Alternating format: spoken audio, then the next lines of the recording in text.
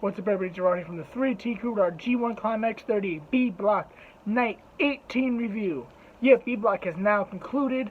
We have found out who's going to be in the finals. But before that, let me put you onto some knowledge. Check us out on our podcast at Apple, Spotify, TuneIn Radio, Google Play, Podbean, iHeartRadio, and Stitcher. If you want to buy the merch, support the 3T Crew, check us out on ProWrestlingTees.com/through-the-table. If you want to follow us on social media, if you like wrestling news and memes, check us out at iStrongStyle Through the Table on Instagram, at Through the Table on Facebook, at 3TPod on Twitter, and lastly, at iStrongStyle on TikTok. Now let's jump into the review. We had our Young Lion match to start it off. This one was kind of redundant as it didn't really mean much. Gabriel Kidd picks up the win against Yuha Uehara. Once again, pretty decent match, but once again, it did not mean anything, given that Yota Tsuji did secure the tournament, or the unofficial C block in the match before. Now let's jump into our actual B block matches. The first two matches were pretty much just fighting for pride. Yoshihashi defeats Toru Yano in a fun comedy match. Check that one out if you're into comedy matches. Me personally, I enjoyed it. I love Toru Yano. Hiroki Goto loses against Juice Robinson. Juice Robinson, once again, asserts his dominance over Hiroki Goto. Their series of matches in the G1 is now at 3-2, favoring Juice Robinson. Then they clean the ring. They, sanitize the ring, COVID regulations, and promoted their merchandise with their jingle and all that. We're jumping into the matches that matter. Tetsuya Naito versus Kenta. This is a rematch from Osaka show that happened a couple months ago, pre-COVID. I think February, I want to say. Naito needed this win to advance, to have a chance to advance. Versus, he still needed help if Evil would have lost to Sanada, which he ended up doing. But the caveat is that Naito lost due to inside cradle from Kenta. This wasn't as good as their Osaka match to me. Once again, still a very good match. Kenta now secures a win over the double champion. He kind of does get another title shot at some point, you gotta believe. Or he's in the running for another title shot at some point, right? I also forgot the Hiroshi Tanahashi, Zack Sabre Jr. match, which was the third match. I'm so excited to tell you about who won and all the ramifications in LIJ and all that. But Hiroshi Tanahashi overcomes Zack Sabre Jr. once again. He does pick up a big win here. And now he's at 8 points. And Zack Sabre Jr. did have a solid G1 this year. He got a little frustrated at the end with Tanahashi because Tanahashi beat him with a roll pretty much. He got a little lucky. But a win's a win. The ace does prevail. Back to the Naito match now. Naito lost. Naito did look rather defeated in defeat, per se.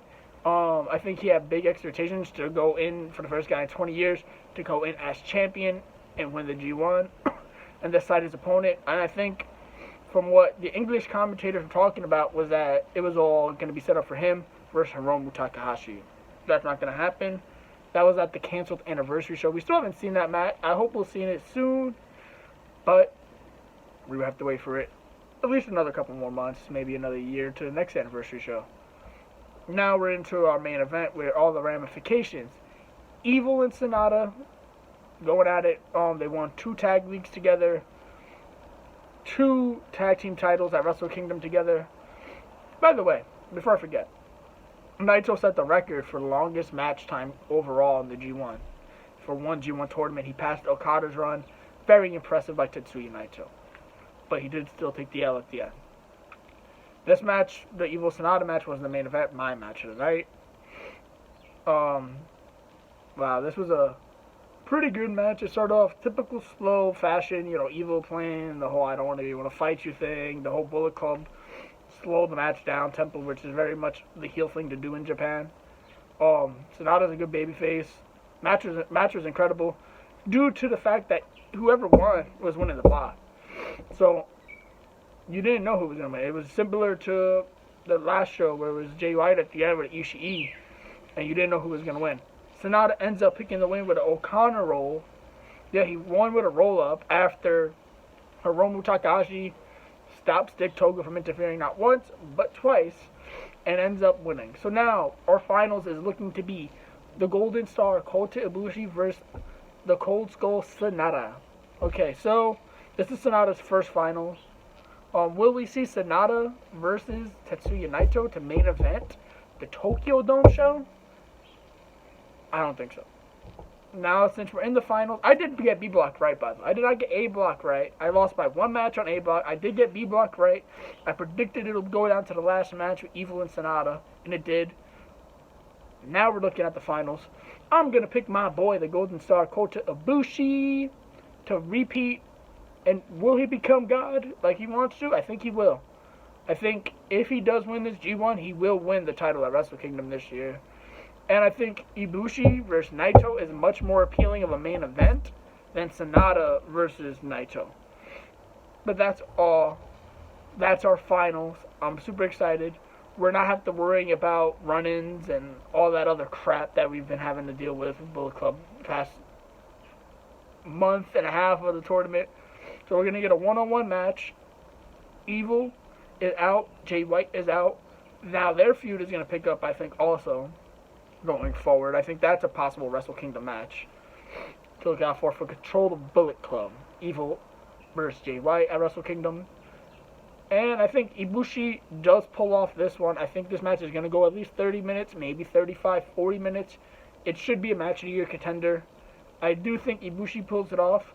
But holy hell, if Sanada pulls off the upset, we could see an LIJ Wrestle Kingdom main event, which would be incredible.